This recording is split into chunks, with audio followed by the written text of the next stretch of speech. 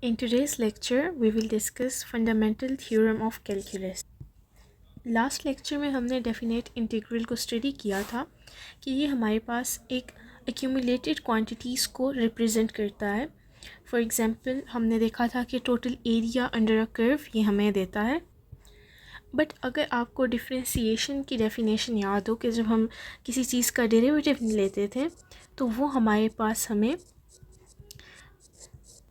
एक instantaneous change की value देता था. ये हमारे पास काफ़ी स्मॉल चेंज होता था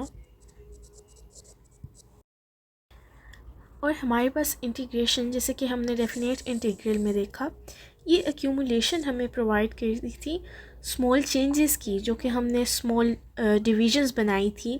लाइक एरिया में हमने स्मॉल रेक्टेंगल्स बनाए थे, उन सब की एक्यूमुलेशन है.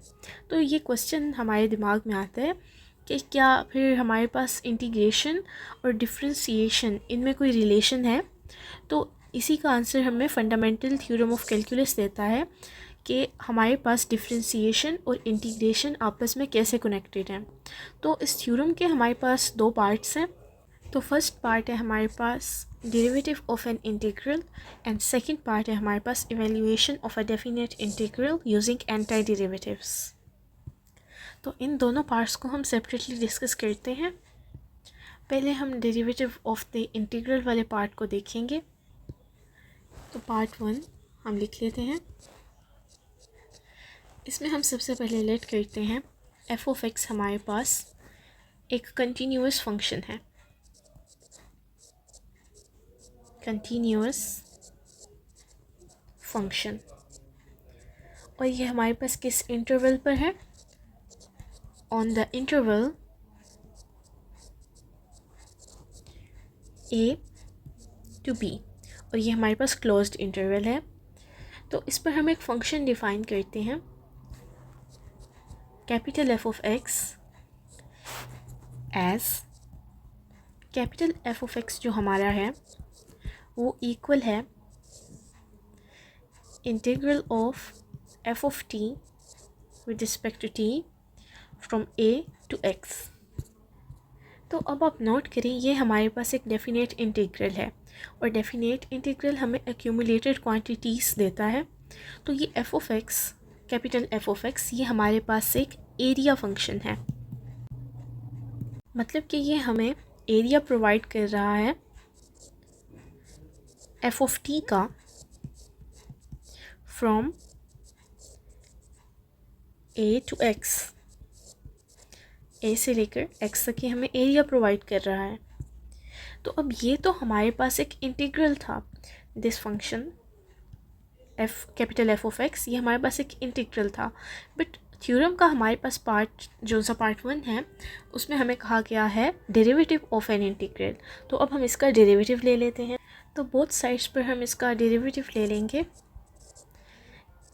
कैपिटल एफ ऑफ एक्स का, और दूसरी साइड पर हमारे पास डेफिनेट इंटीग्रल लिखा हुआ था from A to x f of t का d t is equal to f of x. अब ये देखें, ये एफ ऑफ एक्स हमारे पास कहाँ से आया है. तो आप सबसे पहले जब हमने लेट किया था तो यहाँ पर देखें, हमने लेट किया था कि एफ ऑफ एक्स हमारे पास एक कंटिन्यूस फंक्शन है एक क्लोज्ड इंटरवल ए बी पर. मतलब कि ये एफ ऑफ एक्स हमारे पास ओरिजिनल फंक्शन था. तो अब हमने जब अपने integrated function capital F of x का डेरिवेटिव लिया तो वो हमें क्या रिटर्न कर रहा है? वो हमें हमारा ओरिजिनल फंक्शन रिटर्न कर रहा है. तो पार्ट 1 सिंपली हमें क्या बता रहा है कि जो हमारा डेरिवेटिव है एक एरिया फंक्शन का, ये F of x, capital F of X, जो कि हमारे पास एरिया फंक्शन था, हमने इसका डेरिवेटिव लिया तो ये हमारे पास ओरिजिनल फंक्शन इटसेल्फ इसके इक्वल आ जाता है. तो पार्ट 1 तो हमने देख लिया. अब हम पार्ट 2 देखते हैं.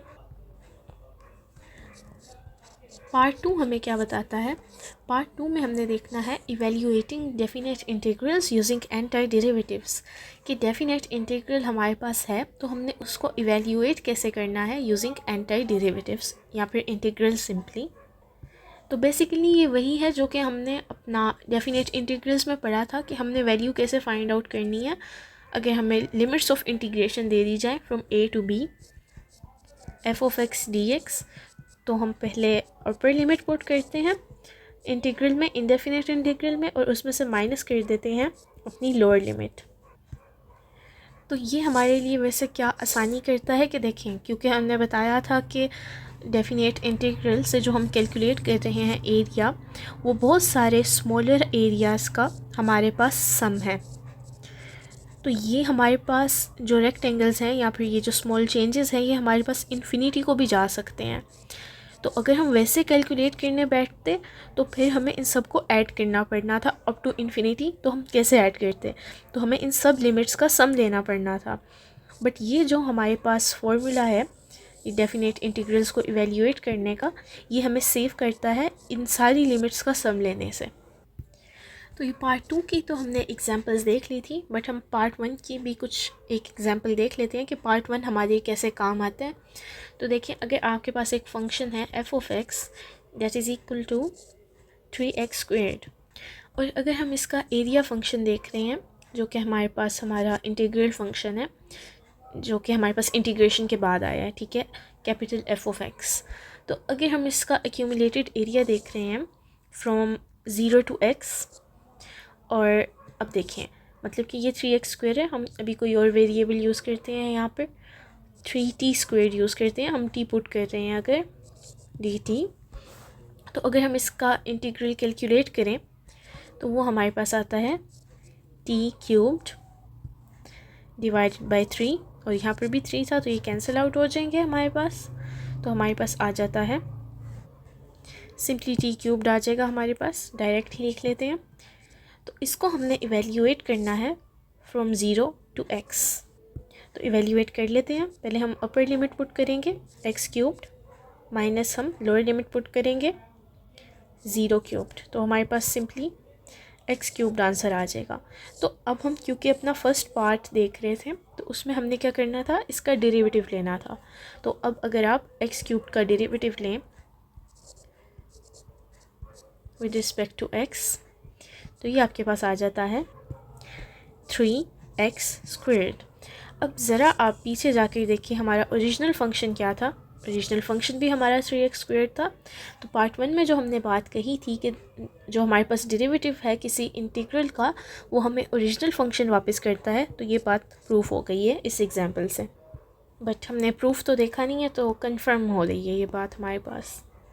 बाकी जो हमारे पास सेकंड पार्ट था हमारे थ्योरम का, उसकी एग्जांपल देखनी है तो वो यही है कि हम डेफिनेट इंटीग्रल्स को जिस तरह इवेल्यूएट करते हैं वैसे ही हम इसको भी कर लेंगे। फॉर एग्जांपल एक एग्जांपल देख ही लेते हैं कि from 1 to 3 x squared D x को हमने करना है कंप्यूट। तो हमारे पास क्या आता है इसका आंसर, देखिए सबसे पहले तो हम इनडेफिनेट इंटीग्रल को देखेंगे, वो हमारे पास होगा x क्यूब्ड डिवाइडेड बाई 3।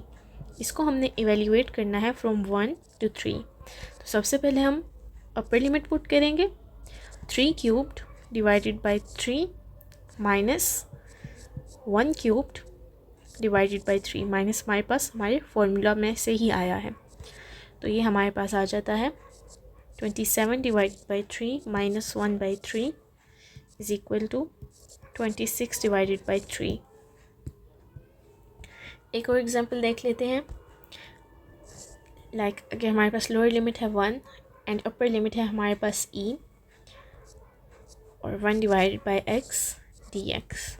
तो सबसे पहले तो हम एंटायर डेरिवेटिव लेंगे 1 डिवाइडेड बाई x का, जो कि हमारे पास होता है ln of x।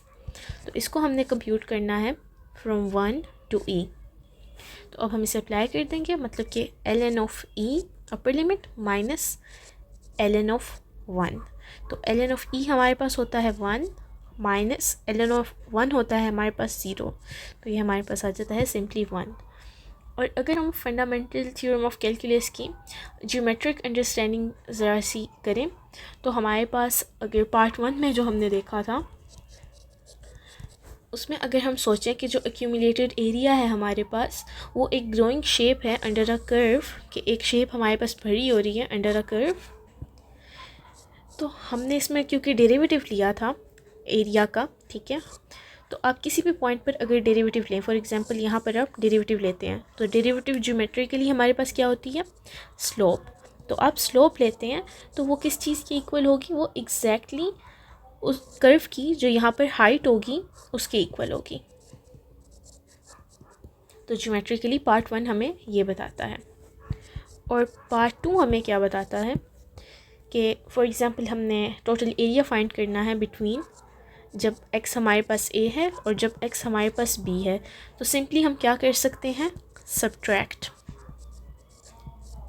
Accumulated area जो हमारे पास आ रहा है फ्रॉम a, जो a है उसको हम b से सब्ट्रैक्ट कर सकते हैं। a फ्रॉम b हमने सब्ट्रैक्ट कर देना है तो हमारे पास हमारा एरिया आ जाएगा। ये इसकी पार्ट 2 की जियोमेट्रिक इंटरप्रिटेशन है। तो आगे इसकी एप्लीकेशंस की बात की जाए तो इसमें हम एरियाज़ फाइंड कर सकते हैं, ये तो हमने देख ही लिया है। इसके अलावा हम फ़िज़िक्स के प्रॉब्लम सॉल्व कर सकते हैं। फ़िज़िक्स में हमारे पास एक्यूमुलेटेड क्वांटिटीज़ वगैरह आती हैं, लाइक आपने डिस्टेंस एक्यूमुलेटेड फाइंड करना है। तो फॉर एग्ज़ाम्पल आप वेलोसिटी की इंटीग्रेशन को फाइंड करेंगे तो आपके पास आपकी डिस्प्लेसमेंट और डिस्टेंस स्केल है, वो आप फाइंड कर सकते हैं। इसके अलावा बायोलॉजी और इकोनॉमिक्स में भी इसकी काफ़ी एप्लीकेशंस हैं। तो बेसिकली की आइडिया आज के लेक्चर का हमारा यही था कि डिफरेंशिएशन एंड इंटीग्रेशन हमारे पास इन्वर्स प्रोसेसेस हैं, ये हमारे पास इन्वर्स हैं, इन्वर्स ऑपरेशंस।